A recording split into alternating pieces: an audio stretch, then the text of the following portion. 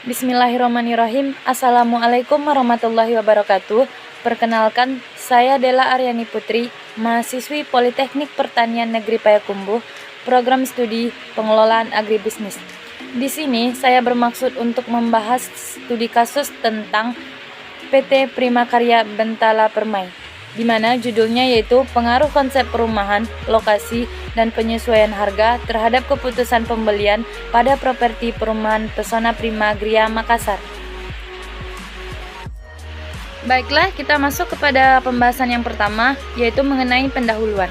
Salah satu kebutuhan manusia yang mendasar adalah tempat tinggal.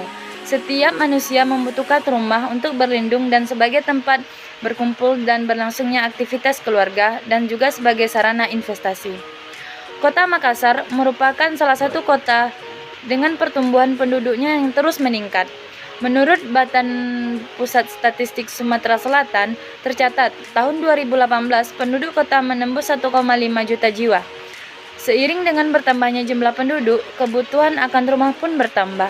Oleh karena itu, hal ini dimanfaatkan sebaik mungkin oleh developer dalam berlomba-lomba membangun perumahan yang sesuai dengan kebutuhan dan keinginan masyarakat. Baiklah, selanjutnya masih pada poin pendahuluan, kita masuk kepada rumusan masalah dan tujuan penelitian. Di mana rumusan masalah dapat kita lihat pada tabel 1, data penjualan rumah di perumahan Pesona Primagria Makassar selama 5 tahun. Berdasarkan tabel di atas, dapat dilihat bahwa dari tahun 2014, penjualan rumah pada Pesona Primagria terjadi fluktuasi. Rumah dengan tipe 50 dan tipe 65 tidak terjadi peningkatan yang signifikan. Selanjutnya, kita masuk kepada tujuan penelitian. Penelitian ini bertujuan untuk mengetahui apakah konsep perumahan, lokasi, dan penyesuaian harga terhadap keputusan pembelian pada perumahan Pesona Primagria Makassar dan menganalisis faktor yang paling dominan dalam mempengaruhi keputusan pembelian perumahan Pesona Primagria Makassar. Baiklah, selanjutnya kita masuk kepada tinjauan pustaka. Ada terdapat 5 poin pada tinjauan pustaka yang akan kita bahas, yaitu perumahan dan pemukiman, konsep perumahan, lokasi, penyesuaian harga, dan keputusan pembelian. Baiklah, kita bahas dulu yang pertama, yaitu tentang perumahan dan pemukiman.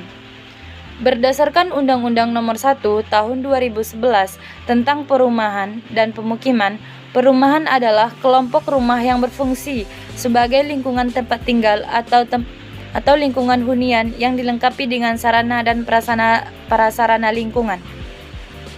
Kita masuk kepada yang kedua, yaitu konsep perumahan. Di sini ada beberapa konsep perumahan menurut majalah Properti Indonesia, yaitu konsep perumahan terdiri dari 1. Eco-living. Konsep ini memiliki desain yang diatur sedemikian rupa sehingga sirkulasi udara dan cahaya bisa leluasa. Konsep yang kedua yaitu custom homes. Konsep ini menawarkan hunian dengan desain yang dipilih oleh konsumen sesuai dengan selera dan budget. Yang ketiga, tropical modern landscape. Konsep ini dirancang dengan unit-unit hunian di dalamnya. Perumahan tidak saling menempel antara satu dengan rumah lainnya, sehingga dapat menghadirkan ruang terbuka hijau di samping rumah, sekaligus memberikan pencahayaan alami maksimal dan memberikan efek visual yang berbeda. Dan yang keempat, urban smart and livable. Konsep urban mengadopsi desain arsitektur minimalis dengan kesan simpel dan tetapi luas. Yang kelima yaitu konsep cluster. Perumahan cluster adalah suatu lingkungan perumahan yang dibangun berkelompok dan suatu lingkungan dengan bentuk rumah yang serasi serta dilengkapi dengan manajemen lingkungan yang modern, rapi, dan keamanannya 24 jam.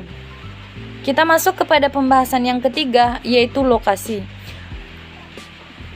Bukhari 2003 mengemukakan bahwa lokasi adalah tempat perusahaan beroperasi atau tempat perusahaan melakukan kegiatan untuk menghasilkan barang dan jasa yang mementingkan segi ekonominya.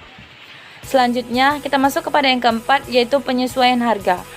Kotler dan Keller 2007 menyatakan bahwa Perusahaan-perusahaan biasanya tidak menetapkan hanya satu harga, melainkan struktur penetapan harga yang mencerminkan perbedaan dan dalam permintaan dan biaya geografis, tuntutan segmen pasar, waktu pembelian, tingkat pemesanan, frekuensi pengiriman, jaminan, kontrak perbaikan, dan faktor-faktor lainnya.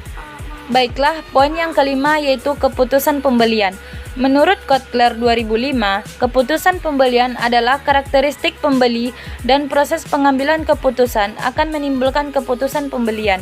Tahap-tahap keputusan pembelian.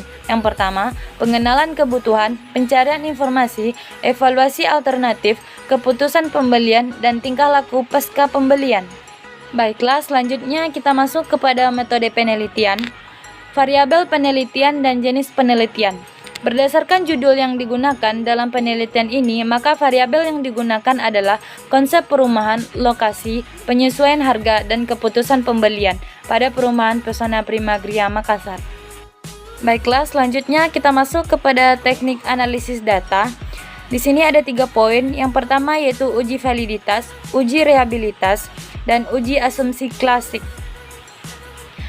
Pada uji validitas digunakan untuk mengetahui ketepatan alat ukur yang digunakan dalam penelitian. Ghazali tahun 2001 mengatakan bahwa uji validitas ini dapat dilakukan dengan menggunakan kolerasi antar skor butir pernyataan total skor variabel. Poin yang kedua yaitu uji reliabilitas.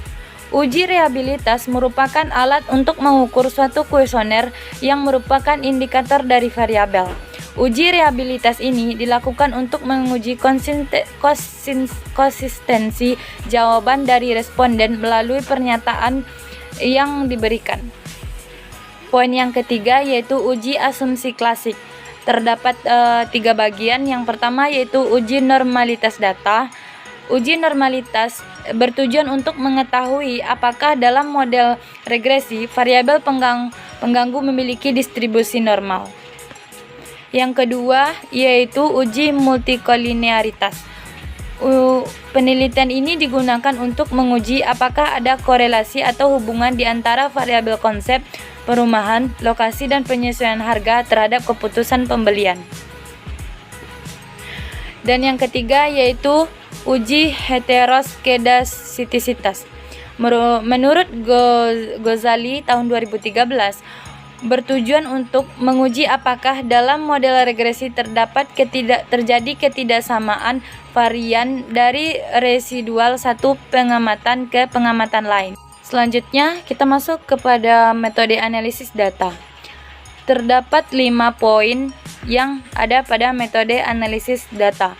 Yang pertama yaitu analisis deskriptif.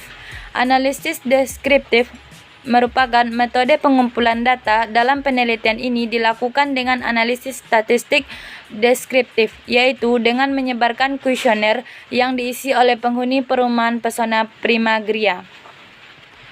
Yang kedua yaitu analisis regresi linier berganda. Menurut Sugiono tahun 2013 menyatakan bahwa analisis regresi berganda merupakan suatu alat analisis yang digunakan untuk memprediksi berubahnya nilai variabel tertentu bila variabel lain berubah. Analisis regresi linier berganda dalam penelitian ini dilakukan untuk mengetahui adanya hubungan antara variabel X1 atau konsep perumahan, X2 atau lokasi, X3 penyesuaian harga, dan Y atau keputusan pembelian. Poin yang ketiga yaitu koefisien determinasi. Koefisien determinasi bertujuan untuk mengetahui seberapa besar kemampuan variabel bebas menjelaskan variabel terikat. Selanjutnya, poin keempat yaitu uji statistik T. Ghazali tahun 2005 mengemukakan bahwa uji statistik T menunjukkan seberapa jauh pengaruh satu variabel bebas secara individual dalam menerangkan variabel-variabel terikat dan digunakan untuk mengetahui ada atau tidaknya pengaruh masing-masing variabel bebas secara individual. Variabel terikat yang diuji pada tingkat signifikansi 0,05. Selanjutnya kita masuk kepada uji statistik F. Uji statistik F menunjukkan apakah semua variabel bebas yang dimasukkan dalam model mempunyai pengaruh secara bersama-sama terhadap variabel terikat. Jika nilai probabilitas lebih besar dari 0,05, maka semua variabel bebas tidak mempunyai pengaruh secara simultan terhadap variabel terikat. Sebaliknya, jika nilai probabilitas lebih kecil dari 0,05, maka semua variabel bebas mempunyai pengaruh secara simultan terhadap variabel terikat. Merupakan hasil dari penelitian ini. Dapat teman-teman lihat, ini merupakan gambar umum dari responden. Selanjutnya, hasil penelitian analisis data yang pertama yaitu uji validitas. Dapat juga teman-teman lihat. Ini hasil dari uji reliabilitas, uji asumsi klasik, dan beberapa poin di dalamnya, uji normalitas data, uji multikolinearitas, dan uji heterokedasititas.